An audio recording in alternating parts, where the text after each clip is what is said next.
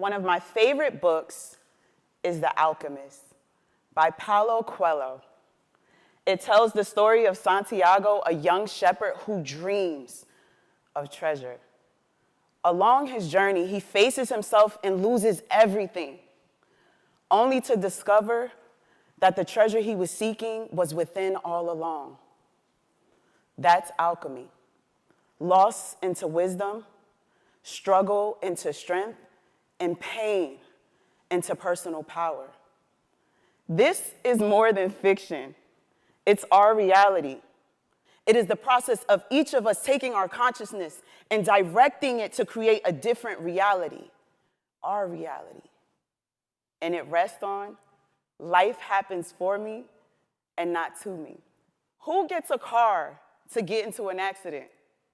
2013, my first car, my first accident. A brain contusion and a speech impediment. Y'all can't tell, can you? What looked like brokenness was the beginning of rebuilding me. Who gets married to get divorced? 2017, I thought I was marrying love, but I married trauma. Domestic violence followed me into my early adult years. Statistics say that it takes the average survivor 7 attempts to leave for good. I left for good. Who gets a house to watch it burn down? 2023, the granddaughter of an Antiguan immigrant, Hyacinth, I love you. I thought I was living the American dream of home ownership. But in what felt like a quick breath, everything I had worked hard for was gone, engulfed in flames. Yet in the ashes, gratitude that my mother and daughters made it out alive. What looked like devastation was just a reminder that legacy isn't made of things, it's made of people. This is what I mean by alchemy. These years weren't tragedies. They were the practice of taking what tried to break me and turning it into fuel for my becoming. So when life is happening for you and not to you, always for your benefit and never to your detriment, you don't just bounce back. You rise, rebuilt, rewired, and remembering who you've always been. So let's talk about a man named Murphy, and I'm not talking about Eddie nor Charlie. This Murphy is an aerospace engineer who decided to create his own law. He said, anything that can go wrong will go wrong. But what if we, the people, decided to create our own law? Life is happening for us, not to us, always for our benefit and never to our detriment. And this law, it rests on the principle of resilience. Resiliency is not just inspiration, it's biology. Science shows that resilience rewires the brain. It lowers our stress and anxiety and changes how we process pain. In 2025, there was a published study to Elsevier's Journal of Business Research that followed chronically ill patients as they were training for mountaineering challenges. Now, these weren't elite athletes. These were everyday people living with everyday pain. But they decided to reframe their suffering into purpose.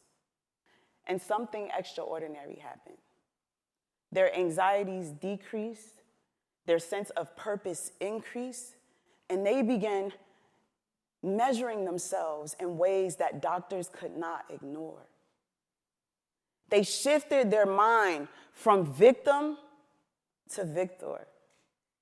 This is inner alchemy.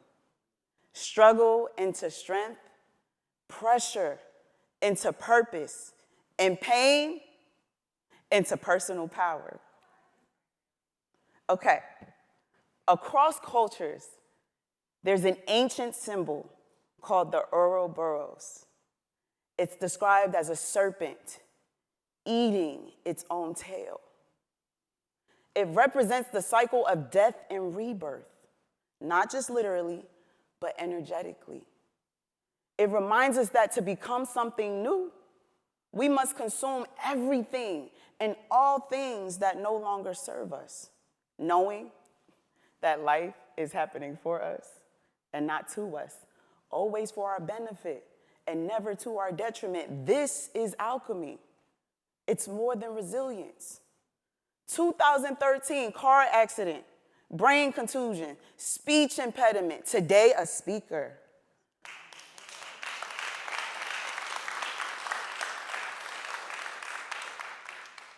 2017, failed marriage, violence. 7th attempt, today, self-love.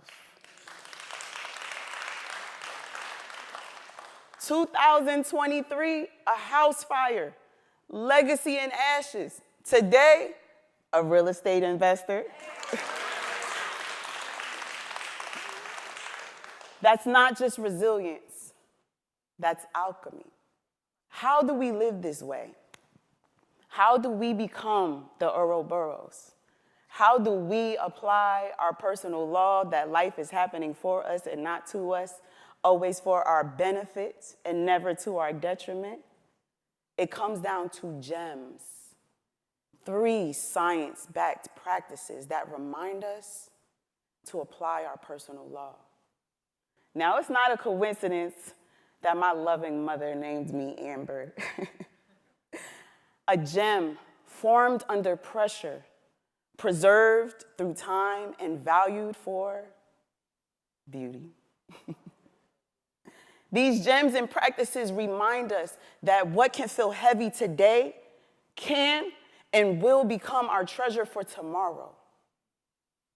Our first gem, gratitude. Gratitude rewires the mind and lowers our anxiety. In 2013, what helped me rebuild after my car accident was gratitude. Every thank you shifted my focus from what I lost to what I still had, my life.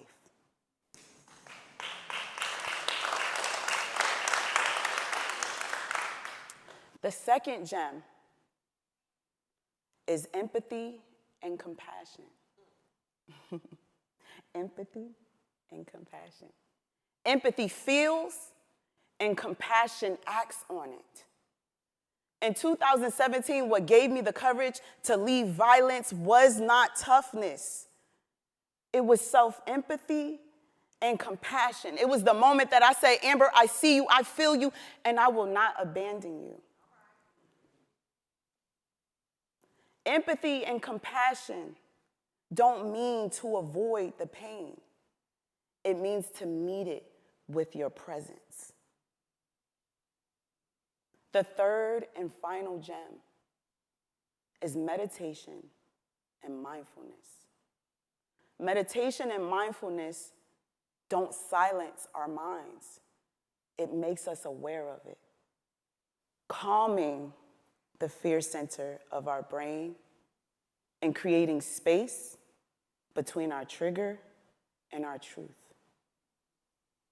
In 2023, when my house was being consumed in flames, it was mindfulness and meditation that gave me that space. That pause turned my pain, my panic, my fear, my devastation into clarity, choice, and determination. These gems are not spiritual cliches. They are rituals of resilience. They are everyday alchemy. When I had my car accident, it was thank you that rebuilt me. When I left violence, it wasn't toughness that pulled me out. It was self-empathy and compassion. When my house was being consumed in flames, it was one breath that kept me from being consumed with it. That's resilience, and that's alchemy. When the CIA declassified a top secret project in 2003 about reality creation and human consciousness, I was 11 years old, dancing to Beyonce, Ludacris, and Outkast, binge watching episodes of SpongeBob, Teen Titans, and That's So Raven, and guess what? I should have been buying a house. Yet here I am, 22 years later, living in the neuroscientific and metaphysical truth that energy cannot be destroyed, only transformed. And like Santiago, you are the alchemist. You are the Ouroboros. What tried to consume you was only fuel for your becoming. When we say this, it's a reminder that we are not here just to survive. We are here to transmute and to rise, to build our next selves from the ashes of our last one gem at a time. Thank you.